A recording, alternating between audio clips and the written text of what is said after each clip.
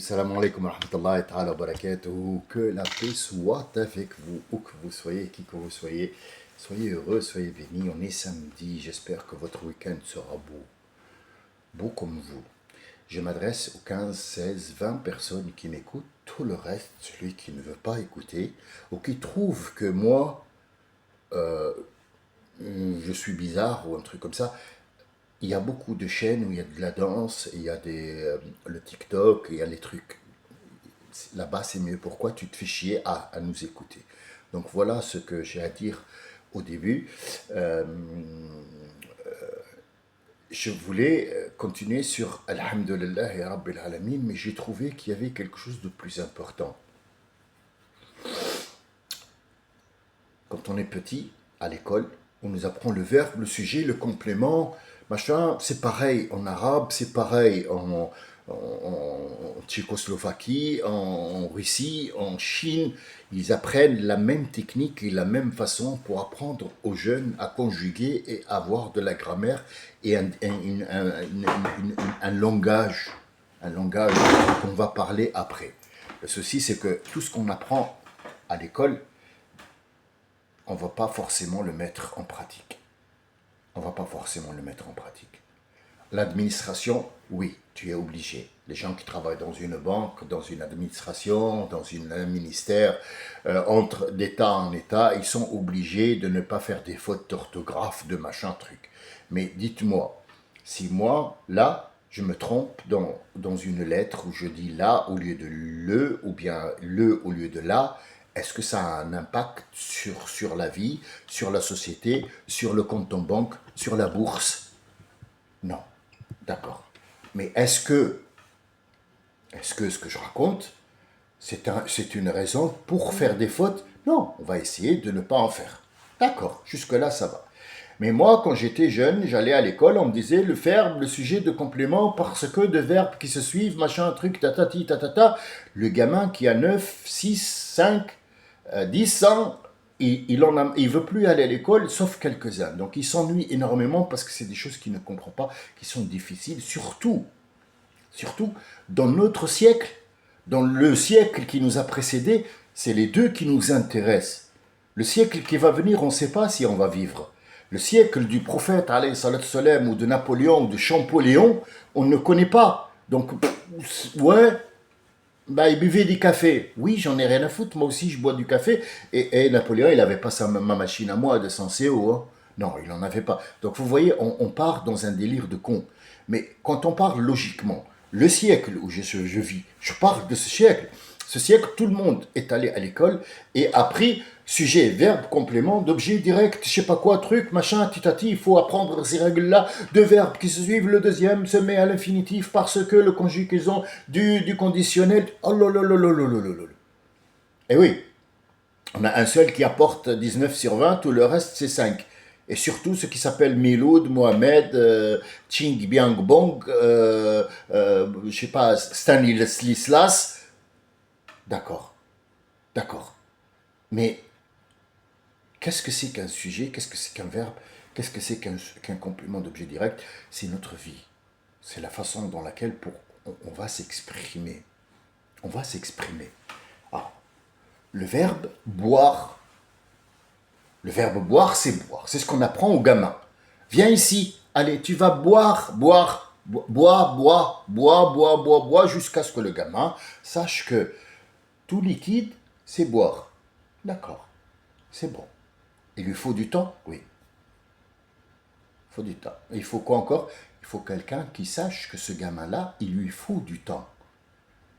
Parce qu'il y a des gens qui ne sont pas faits pour faire étudier des gens. Non. Il n'a pas la patience. Bois, je te dis, bois! Bois, dis-le-moque, bois! Il n'a pas. C'est une technique de merde. Donc on l'écarte, ce monsieur-là. Il est très nerveux. C'est pas qu'il est nerveux, c'est qu'il veut absolument que le gars, il écoute tuez-le. Ça y est, c'est bon. Alors, le professeur, doit savoir que les gens, les enfants, il leur faut du temps pour absorber ça. Boire, le verbe boire, tout ce qui est liquide. Est-ce qu'on peut boire une patate? Non, on mange une patate. On mâche on mange, c'est des verbes. Comment on utilise ces verbes? Est-ce qu'ils ont un nom, ces verbes? Mais bien sûr qu'ils ont un nom. Que ce soit en arabe, que ce soit en français, que ce soit en allemand, que ce soit dans tous les trucs, il a un nom. C'est le fait de boire. Ah, quand on met de boire, c'est plus un verbe, c'est une explication. C'est un adjectif qui qualifie ce verbe-là en chose qui se fait. C'est un mouvement. D'accord. Ce mouvement-là, il y a quelqu'un qui le fait ou il se fait tout seul? Ouvre la bouche, il y a le verbe boire qui vient. Non, c'est quelque chose qui est fait par. Alors, par. Un oiseau boit, oui. Une fourmi boit, oui. D'accord. Mais l'oiseau est le seul qui urine pas. Oui, non, mais moi je t'apprends. Après, tu fais ce que tu veux, l'oiseau n'urine pas. Oui, non, mais rigole. Parce qu'il y en a un qui m'a dit pompon, il s'appelle Ahmed. Alors, ça, c'est le pompon. Hein. C'est vraiment le pompon, la cerise, mais il n'y a même pas de cerise, c'est que le noyau. Il m'a dit pompon, arrête de fumer de la moquette. Et si, par exemple, moi, j'aime bien fumer la moquette, pompon, et tu t'appelles Ahmed, moi, j'explique aux gens qu'est-ce que c'est alhamdoulilah, qu'est-ce que c'est, tu t'appelles Ahmed, et tu lèches le cul de ton maître en m'attaquant moi, pompon. Va te laver le cul, va. Non, mais une question, est-ce que quand tu vas aux toilettes, t'as déjà senti ta merde? Non? Ben fais-le. Oui, fais-le, comme ça tu te remets en place. Tu sais qui tu es. Bon, après je m'occupe de... De toute façon, je me suis occupé de lui, mais je vais m'occuper de lui. Juste parce qu'il s'appelle Ahmed. Il porte le nom de notre prophète. C'est ça qui m'inquiète. C'est pas ce qu'il a dit. Ce qu'il a dit, j'en ai rien à foutre. Ouh là là, mais venons d'un quelqu'un qui n'aime pas ma confession, ma religion, je comprends. Mais venons d'un Ahmed, ça ne peut qu'être un traître. Et le traître doit absolument disparaître, c'est clair et net. Donc, celui qui a fait le geste, c'est le sujet. C'est la personne qui est concernée, qui a utilisé ce verbe, qui a utilisé ce mouvement pour quelque chose. Il a utilisé pour quelque chose. Pourquoi tu bois? Parce que j'ai soif. Ah, d'accord, c'est un besoin vital. Tu ne bois pas pour autre chose. Non, je ne bois pas pour être joli. Non, je ne bois pas parce que c'est mon travail de boire. Non, je bois parce que c'est un truc vital pour pouvoir survivre. Ah, d'accord, donc là on comprend mieux qu'est-ce que c'est que ce verbe, ce mouvement, boire, qui a bu, si la fourmi boit, que la girafe boit, le lion boit, la limace aussi, et toi, donc c'est quelque chose qui fait en sorte que nous restons en vie. Ouh, c'est bien ça. Mais alors, il reste le comment boire. Ah oui, comment? On peut boire dans les mains? Oui. Est-ce qu'il faut vraiment un verre? Non. Le verre, c'est un ustensile qu'on a utilisé, qui a un nom, hein, un verre en cristal ou en verre, ou dans lequel on met de l'eau. Ah, d'accord. Donc en fait, ici, on va partir sur qu'est-ce qu'on boit et qu'est-ce qu'il faut boire et qu'est-ce qu'il ne faut pas boire. Oui, le comment et le quoi. D'accord. Mais est-ce que ce mouvement porte un nom? Je viens de le dire, oui. C'est le fait de boire. Le fait de boire. C'est plus un verbe. C'est le nom du verbe, l'agent du verbe. D'accord. Et le sujet, il est le sujet, celui qui a fait le mouvement, mais il a un nom. On ne dit pas celui qui a bu. Celui qui a bu, oui, mais on reste toujours dans le sujet. Alors, comment on l'appelle, le buveur? Ah, le buveur donne sur deux sens. Buveur parce que c'est son métier, ou alors le buveur parce que c'est le nom du sujet. Pourquoi on nous a appris à l'école, pas cette façon, cette manière, qui, même un âne avec 4 ou 6 oreilles, aurait appris ça, et on passe à autre chose pour laisser de la place à quelque chose d'autre au lieu d'avoir des ignorants. Pourquoi je raconte ça? Pourquoi je parle de boire, faire? Ne sous-estimez pas ce que je dis. Ne sous-estimez pas ce que je dis. Réfléchissez à ce que je viens de dire. Vous allez voir que tout un État peut être construit de manière différente sur des choses banales qui vous semblent banales, mais qui sont vitales pour le langage, vitales pour la compréhension, vitales pour la construction d'un État où il n'y aura pas un cirque qui s'appelle Marine Le Pen et Rotaillot qui saute d'une branche à branche et Ouistiti qui mange en train des cacahuètes.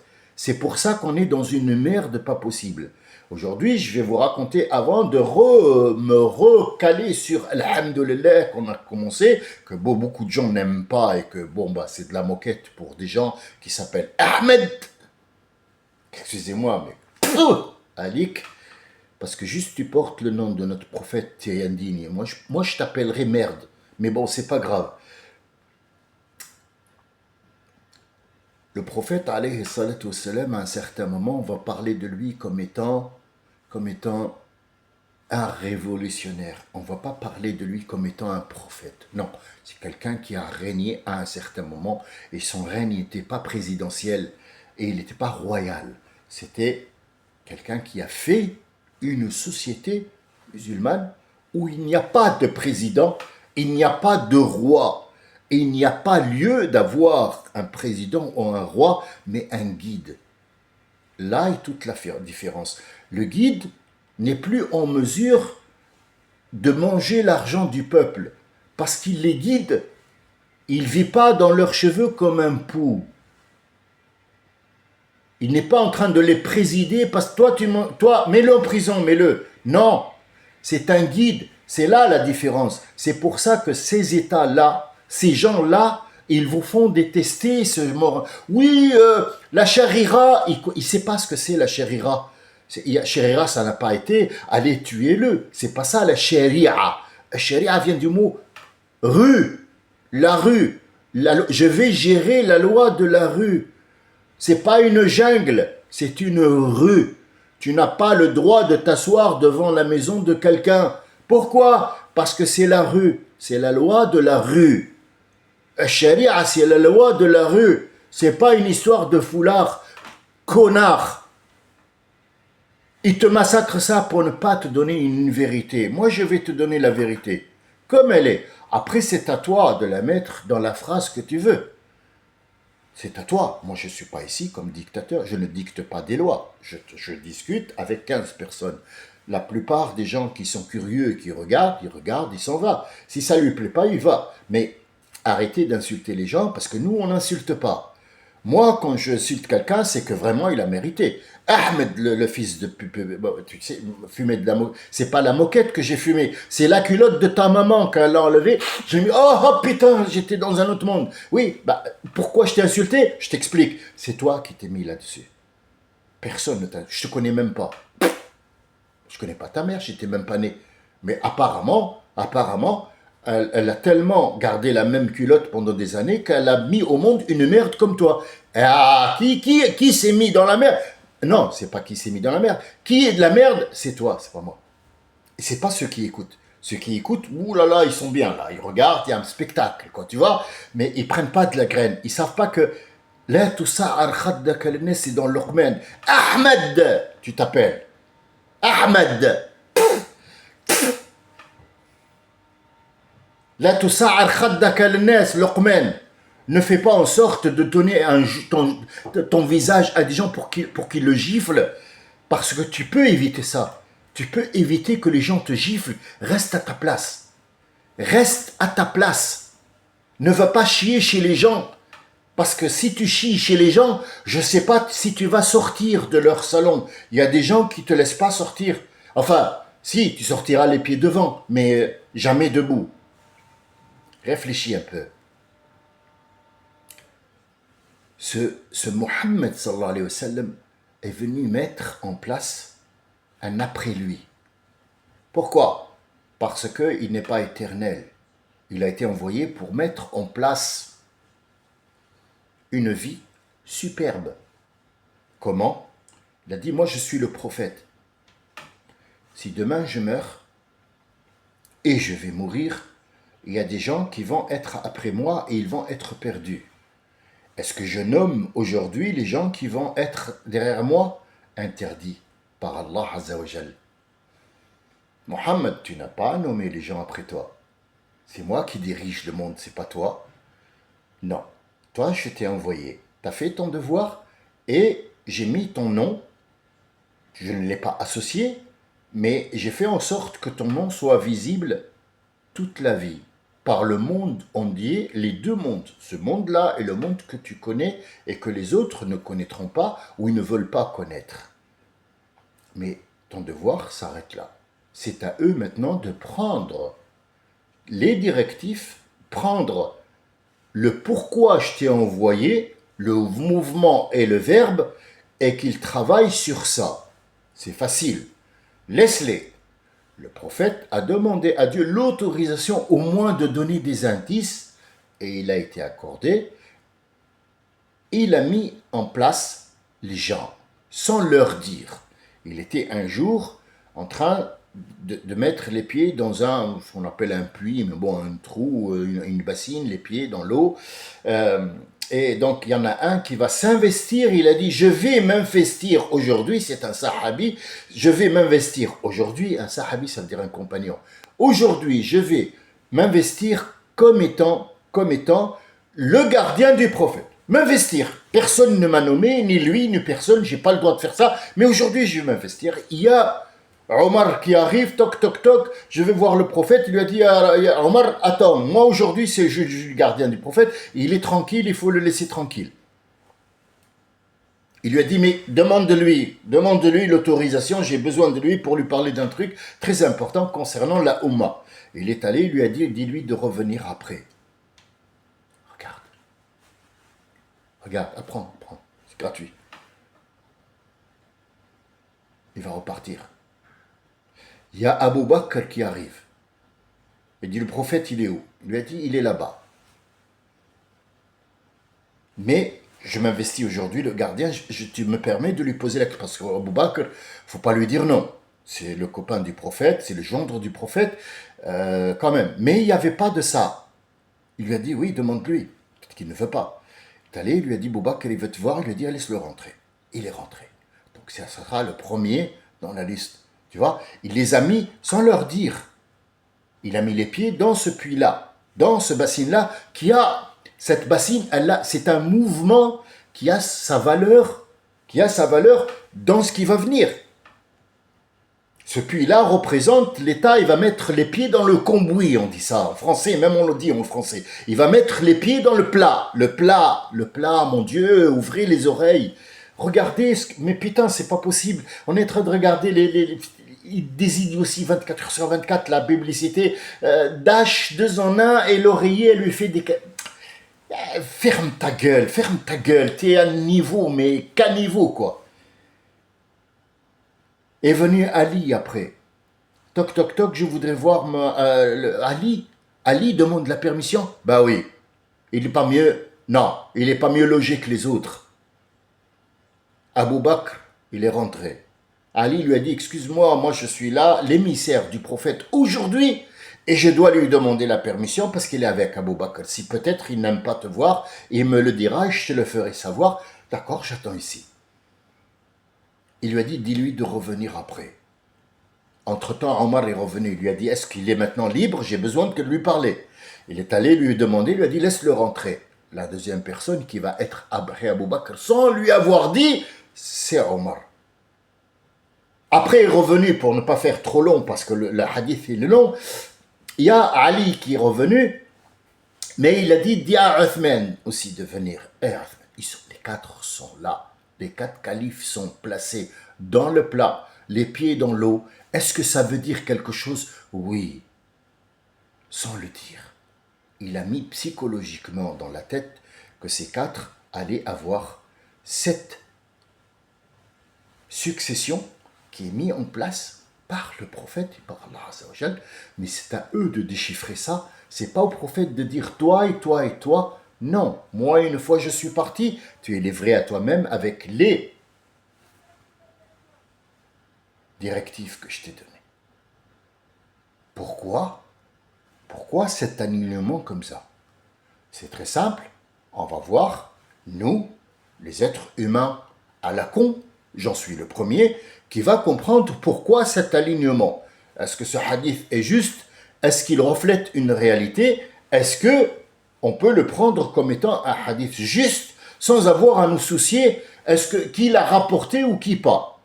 Non, je ne parle pas de la kippa, arrête tes conneries. Ça, c'est la main de Dieu mise sur la tête du juif parce que Dieu le préserve avec la main. Oui, non mais renseigne-toi, putain. Moi, je t'explique. Après, toi, tu te renseignes. Est-ce que ça te sert à quelque chose? C'est à toi de voir, c'est pas à moi. Moi, c'est gratuit. C'est une chaîne où je ne gagne rien du tout. Il n'y a pas d'argent, c'est moi qui paye pour te donner l'information. Alors, si je dois fumer de la moquette, je fume de la moquette. Même j'ai une couverture que j'ai fumée, espèce de... Bon, on va s'arrêter là. Je vais m'en occuper après de lui. Il s'appelle Ahmed.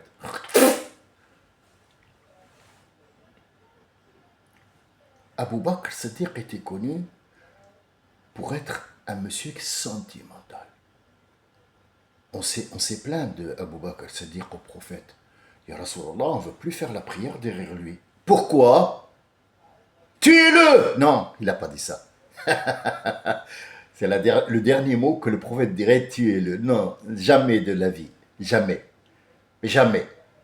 Ils étaient assis dans une mosquée et il y en a un qui est rentré, il a pissé à l'intérieur de ce qu'on appelait la première mosquée, Masjid Quba, le premier à Médine. Tout le monde s'est levé, voilà. Le loup, calme-toi. Moi je suis là, le prophète il est là, t'inquiète pas. La taqta'u alayhi bawlatahu. Le gars il a bien entendu, il était en train de pisser, il a regardé, oulala. Je crois que la police est là, hein. Les CRS, j'ai rien fait du tout, mais on va m'attraper. D'accord. Il a terminé, il a fait goûter le petit oiseau, il a laissé quelques petites gouttes à l'intérieur, il a appelé le prophète, il lui a dit, viens voir. Dis-moi, ici, c'est un lieu de culte, c'est l'endroit où les gens viennent se recueillir, peu importe qui ont pris ou quoi. Mais est-ce que tu ferais ça dans ta chambre à coucher? Il lui a dit non. Il lui a dit, alors ici, il faut qu'on respecte un petit peu les lieux. Et il a pris de l'eau, le prophète lui-même, et il a versé. Qu'est-ce qu'a dit le monsieur? Il lui a dit, Walladhi ba'athaka bil-haqq. Moi, je suis de passage. J'ai rien compris à tout ça, mais je crois que la façon dont tu m'as parlé, la façon dont tu m'as expliqué la chose, je crois que moi, j'ai cru en ce que tu dis et je vais croire en ce que tu dis, juste parce que tu as été à la hauteur. Mais eux, je les aime pas. Ils auraient pu me tuer pour quelque chose que j'ai fait par idiotie. Est-ce que c'est une leçon de vie, ça? Oui. Est-ce que tout le monde mérite qu'on leur parle comme ça? Non. Pas Ahmed le connard qui a dit pompon. Moi, je suis pompon. Et ta mère, c'est pas une connasse? Non, mais je m'arrête avec Ahmed parce que chaque fois que je me souviens de lui, j'ai envie de... Oh là, j'ai envie de beaucoup de choses. Bref, accepter qu'un étranger fasse quelque chose et sachez que peut-être qu'il ne le sait pas. Faites très attention au traître qui est à côté de vous et qui porte le même nom que vous, la même religion que vous. Si c'est un traître, il faut le tuer. Mais l'étranger, non, parce qu'il peut avoir autre chose qu'on lui a mis dans la tête vous concernant. Donc effacez ça et donnez-lui une bonne image. Mais le traître, même lui-même, dans son état à lui, dans son truc, les traîtres, les espions, il les tue. Je n'ai rien inventé. Non, non, je n'ai jamais dit allez tuer les gens. Le traître, celui qui va prendre la France, l'État, l'église, la mosquée, la synagogue en traître pour les autres, il faut enlever ce microbe. Parce que toute la sécurité de l'État dépend de l'État, n'importe lequel, dépend sur la sûreté des informations. S'il y a un traître, c'est qu'il va trouver la faille et qu'il va appeler les autres pour te prendre en traître, vous voyez, c'est pas quelqu'un à qui on doit faire confiance ou dire c'est pas grave, demain il va se repentir. Non, pas le traître, pas le traître. Allah n'aime pas le traître, les partis politiques aussi n'aiment pas le traître, sauf que c'est eux-mêmes les traîtres. C'est eux qui ont offensé la France dans une merde pas possible. C'est les traîtres, c'est pas les gens. Les gens, ils sont là. On leur prend, que ce soit eux ou les autres, ou le gouvernement d'après, ou la première république en 1792, on l'aura toujours pris. Mais il y a toujours un traître qui va casser le mouvement. Abu Bakr, on a dit au prophète, Ya Rasulallah, on n'aime pas qu'il fasse la prière. Il pleure tout le temps, on n'arrive pas à comprendre ce qu'il dit. C'est quelqu'un de pleureur. C'est pas, peut-être pas le verbe, mais c'est quelqu'un qui a fait l'acte de pleurer. C'est le nom du sujet. C'est quelqu'un qui pleure facilement. Donc c'est quelqu'un qui va être important. Quand le prophète sera mort, c'est lui qui va comprendre le chagrin des gens. Il va leur dire, vous inquiétez pas, c'est notre prophète. Ils ont besoin, les gens, de ce quart d'heure de deuil. Mais à un certain moment, on ne va pas rester dans le deuil 50 ans. Et il leur faut 2 ans. Donc le règne d'Abou Bakr va durer 2 ans. Et il va faire des actes de bravoure. Mais ça reste le papa qui va un petit peu consoler les autres parce que le prophète est mort. Et le prophète nous a dit de faire ça. Allez, venez avec nous. Hop, il va mourir. De quoi, comment? Peut-être un jour, je vous le dirai. Il y a toujours une logique. Qui va prendre sa place après? C'est Omar. Il était connu pourquoi? Khayrukum fil jahiliya, khayrukum fil islam. Celui qui était le plus dur, le plus méchant, le meilleur dans le kufr, dans ce qu'on appelle nous la mécréance, sera dans l'islam le meilleur aussi parce qu'il va être le même, il ne va pas changer. Il va juste changer de croyance, mais pas d'attitude, c'est son attitude. Il est comme ça, il est sévère, il est dur, il ne rate aucune occasion pour remettre quelqu'un en place ou le mettre comme ça. On disait qu'Omar, dans le souk, quand il se promenait dans le souk, il a toussé une fois, il y a quelqu'un qui s'est évanoui derrière. Qu'est-ce qui se passe? Pourquoi? Il a dit, j'ai eu peur. Il a toussé, je croyais que c'était pour moi. Vous voyez le personnage qui était en train de voir les comptes de l'État. À l'époque, il était en train de compter combien il devait envoyer de soldats, combien il fallait leur donner à manger, qu'est-ce qu'il fallait faire à la Médine, à la Mecque, dans les ouvertures islamiques, dans le monde entier. Et toc, toc, toc, la porte toc, c'était Ali. Ali, c'est son gendre. C'est le gendre du prophète et c'est le gendre de Omar aussi. Ils se sont mutuellement accordé la main de leurs filles et de leurs sœurs pour qu'ils puissent rentrer l'un et l'autre chez l'autre sans avoir à être un étranger ou ne pas être la bienvenue. Et il rentre la nuit et lui dit, Ya Ali, tu es venu pourquoi? Comme étant un ami et gendre ou comme étant quelqu'un qui va me parler de l'État parce qu'il était le chef de guerre. Il lui a dit non, je viens en ami. Il lui dit attends, il a éteint la lampe et l'huile que l'État lui donnait pour faire les comptes et il a allumé sa propre lampe à lui, de sa propre poche, le bien de son front. Il lui a dit pourquoi tu m'as fait attendre? Il lui a dit je ne peux pas parler avec toi en ami en utilisant l'argent du peuple. J'utilise mon argent à moi et quand il s'éteint, on restera dans la nuit. Sauf si tu as quelque chose à me parler pour l'État, on rallume l'argent de l'État. Est-ce que c'est quelqu'un qu'on doit cracher dessus ou suivre? La suivre ou le maître président de la République Le Pen parce qu'elle a bien volé l'Europe et la France et on veut absolument qu'elle nous vole encore. Allez, mettez-la et mettez le gamin là qui a fait ah, pas parce qu'il a... attention, soyons logiques. C'est un petit gamin qui n'a aucune connaissance de la politique, rien du tout, sauf qu'il sait manier les mots. Mais c'est un connard, en fait, quand tu l'écoutes, il sait pas parler. Mais il a mis des lunettes. Les gars, il mérite d'être président de la République. Oui, il va foutre le bordel comme son nom, le bordel, mais Il a mis des lunettes, donc il peut être président de la République. Arrêtez les gars. Mais oui, Dash, 2 en 1. Ou Bardella, c'est pareil, c'est pareil. Il a mis des lunettes. Les gars, franchement, vous n'avez pas le sens de... Mais oui, mais il faut savoir qui mettre président de la République. Regarde, il a mis, hop, je suis président. Hop, je suis le directeur du cirque Pender. Là, hop, je suis président. Tu as vu? Réveillez-vous, réveillez-vous. Wallah, réveillez-vous, c'est des trucs. Troisième personne. Nous sommes à Omar. Pourquoi il doit après? Parce que quand on t'a fait aller, c'est bon, allez, t'es tombé, allez, réveille, c'est bon, allez, stop maintenant. On arrête. C'était le rôle de Omar. Stop, on arrête. Maintenant, on va prendre les choses en main. Boubacar est mort, le prophète est mort, oui, oui, c'est une perte.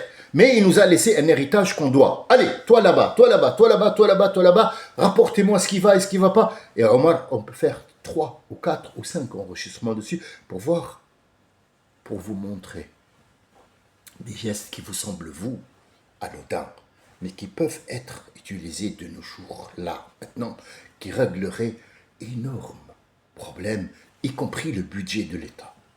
Ah oui, non, non, je prétends pas que je suis président ou que... Non, non, j'en ai rien à foutre de... Rien, mais rien à foutre. Je suis bien là où je suis. Je suis bien. Je suis bien. Voilà ce que je vends, moi. Je fais des trucs comme ça, moi. C'est ça, mon travail. C'est pas être président ou donneur de leçons. Non, non, du tout. Je discute avec les 15 personnes. Ceux qui ne sont pas contents, ils dégagent. Bien. La troisième personne, on a besoin de quoi? Après qu'on soit tombé, qu'on a besoin de quelqu'un qui nous relève, qui nous donne confiance en nous, qui nous montre comment travailler avec les outils. On a besoin de quoi? On a besoin de savoir. D'un savoir. Qui? Ali. Ali, oui. C'est l'imam par excellence. C'est le guide par excellence qui va mettre en évidence, en avant, la science, le savoir des choses. Comment réfléchir pour utiliser l'outil qu'Omar a laissé. On va le tuer? Oui, il ne va pas rester longtemps. Pourquoi? Parce qu'il ne doit pas rester longtemps. Si on reste tout le temps à être étudié, il y a un jour où il faut sortir pour mettre en pratique ta médecine. Si tu restes toute ta vie à étudier jusqu'à ce que tu meurs, les autres, qu'est-ce qu'ils payent? Ils payent pour faire quoi? Il faut que tu sortes un jour, après 10 ans d'études, pour devenir médecin. Sinon, toute ta vie, on va payer, jusqu'à ce que tu meurs. Et quoi après? Bah rien, il est mort. Il est mort pourquoi? Bah il a trop étudié, il est mort. Oui, mais ses études, ils sont où? Ah, on ne sait pas. Il y a toujours des logiques qui ne sont pas vraiment logiques. On vous fait croire, mais c'est pas vrai. C'est pas vrai. Donc, Ali va venir ici mettre la science en évidence. Vous voyez? Et après, c'est Othman. Il est connu par quoi, Othman? Othman est connu par ses mœurs. Les mœurs? Là, on parle de Omar, on parle de une dynastie, tu me dis les mœurs? Mais parce que s'il n'y a plus de mœurs dans le pays, il n'y a plus rien du tout. إنما الأمم الأخلاق ما بقيت إن ذهبت أخلاقهم ذهبوا. Ça veut dire quoi tout ça? À tes souhaits, j'ai pas compris. D'accord. Fous-toi de ma gueule, c'est pas un problème, mais tu te fous de ta propre gueule à toi. Écoute bien. Les peuples, peu importe leur technologie, peu importe leur chevaleresque, leur noblesse, ils ont besoin de mœurs. S'il n'y a pas de mœurs, ils partiront comme ils sont venus. Wallo, rien, ils disparaissent. Et c'est ce qui se passe en France et dans les pays occidentaux et aussi dans les pays arabes. Pareil, il n'y a pas de mœurs. Les mœurs sont parties. On n'est plus capable d'écouter l'autre. Il m'a dit, Pompon, arrête de fumer de la moquette. Putain, espèce de gamin de merde. Moi, je t'explique un truc. On ne sait pas qui est ton père parce que ta mère, à certains moments, Bon, moi, j'étais pas encore né. C'était déjà, elle a construit le trottoir. C'est pas qu'elle est dessus, c'est elle qui a construit le trottoir. Et donc, ils étaient à 17 dessus. On ne sait pas, 17, 18. On ne sait pas qui est ton père de ces 17-là. Ils sont passés l'un après l'autre. Et tu ouvres ta grande gueule de merde pour remettre en question quelqu'un qui vient t'apporter quelque chose gratuit. Et tu t'appelles Ahmed. Oh là là, oh là là, oh là là, oh là là. Sur ce, je reviendrai, Inch'Allah, pour vous parler de beaucoup de choses. Ne croyez pas que je suis en colère, non. Ne croyez pas que je suis vulgaire. Ce qu'il a fait, lui, est plus vulgaire que ce que j'ai dit, moi. Moi, j'ai dit quelque chose de sensé. Lui, il a dit quelque chose de dangereux. Et ils ont fait quelque chose de dangereux. Et là, le résultat, il est là. Regardez le cirque médiatique dans lequel on est, avec une bombe nucléaire entre les mains de Nadine Morano. Nadine Mouk, c'est qui ça? Elle fait quoi dans l'État? C'est la question du jour. À 75 000 euros, trouvez-moi, que fait Nadine Mouk Morano dans un État comme la France, qui s'appelle la 5e puissance du monde? Salam alaikum wa rahmatullahi wa barakatuhu. Mettez tous des lunettes comme Bardella. Comme ça, vous pouvez être un jour président de la République française, la 5e puissance du monde. À la tête, ils ont mis Bardella